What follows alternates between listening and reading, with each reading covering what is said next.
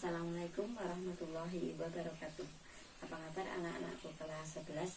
Pada hari ini kita ketemu lagi untuk belajar matematika. Pada hari ini kita akan belajar tentang grafik fungsi kuadrat. Nah, setelah mempelajari materi ini, diharapkan nanti anak-anak bisa menggambar grafik fungsi kuadrat dari suatu persamaan kuadrat. Untuk lebih jelasnya, mari kita lihat pembahasan berikut. Untuk menggambar grafik fungsi kuadrat, ada beberapa langkah. Yang pertama, yaitu kita harus menentukan perpotongan dengan sumbu Y. Syaratnya X-nya harus 0. Kemudian yang kedua, kita harus menentukan perpotongan dengan sumbu X. Syaratnya Y sama dengan 0. Kemudian langkah yang ketiga yaitu menentukan titik puncak atau titik ekstrim atau titik balik. Nah, ini X-nya memakai rumus min B per 2A.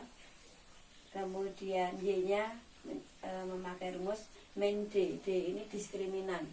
Rumusnya yang B kuadrat min 4AC. Jadi untuk mencari Y, min D per 4A. Setelah ketiga langkah ini diselesaikan, kita akan menemukan titik 1, 2, 3. Nah, titik-titik ini nanti akan kita taruh dalam bidang koordinat kartesius. Setelah titiknya digambar di koordinat kartesius, kemudian titik-titik tadi kita hubungkan, maka nanti akan terbentuk grafik fungsi kuadrat yang berbentuk parabola. Sekarang akan kita lihat contohnya. Tentukan grafik fungsi kuadrat dari Y sama dengan X kuadrat min 4X min 21. Kita akan mengerjakan langkah yang pertama, yaitu menentukan perpotongan dengan sumbu Y. Syaratnya X sama dengan 0.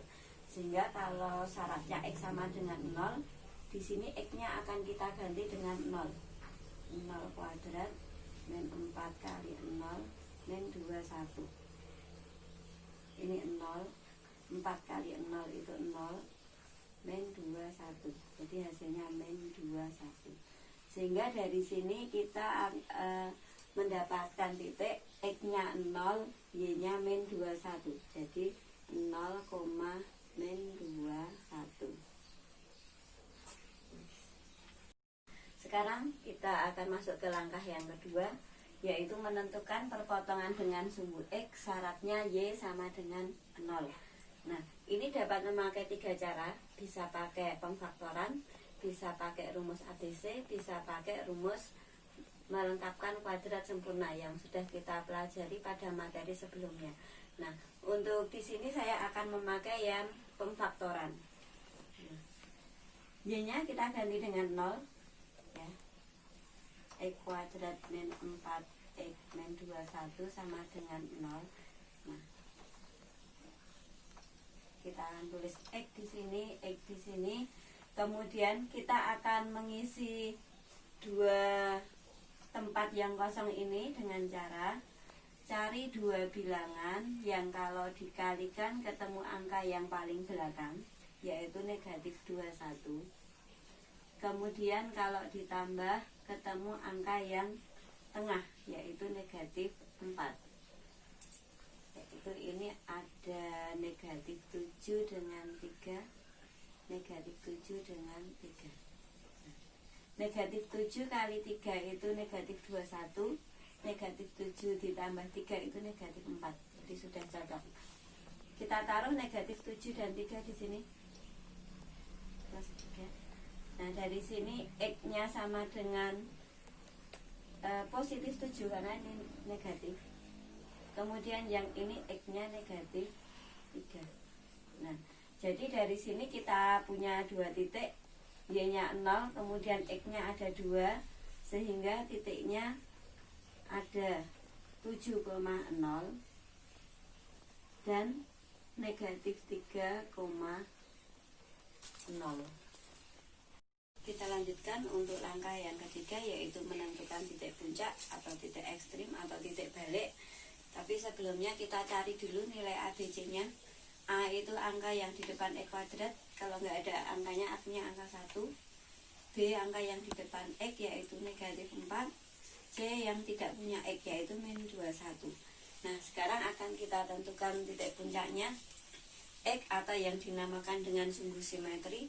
Rumusnya min B per 2A. Kita masukkan min B, B nya itu min 4, jadi min 4 per 2A, A nya 1.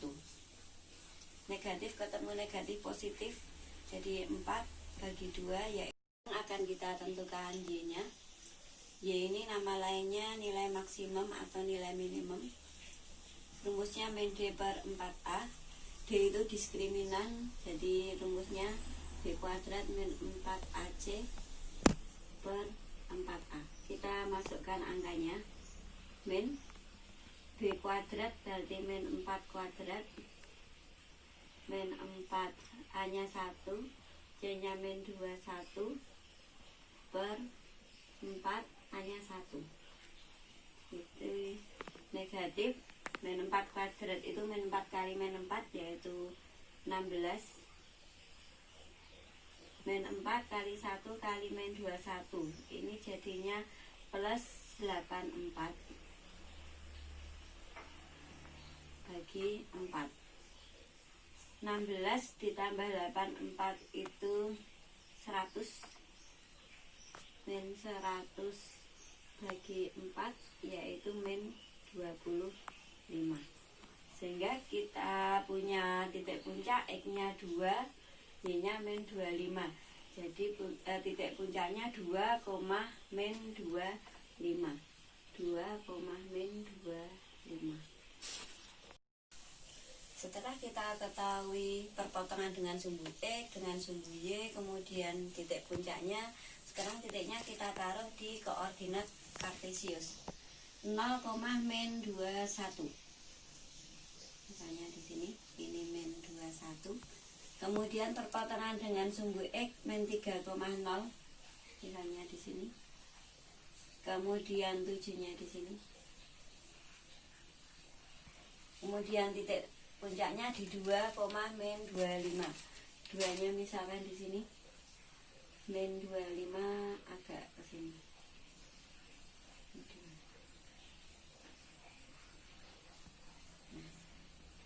Ada 4 titik, kita hubungkan sekarang.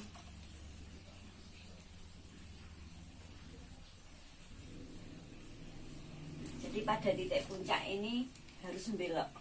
Nah ini adalah gambar dari grafik fungsi kuadrat.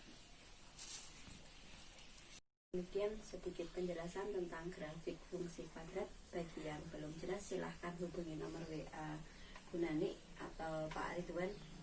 Nah, untuk selanjutnya silahkan kalian mengerjakan tugas dengan cara buka link di kelasmu.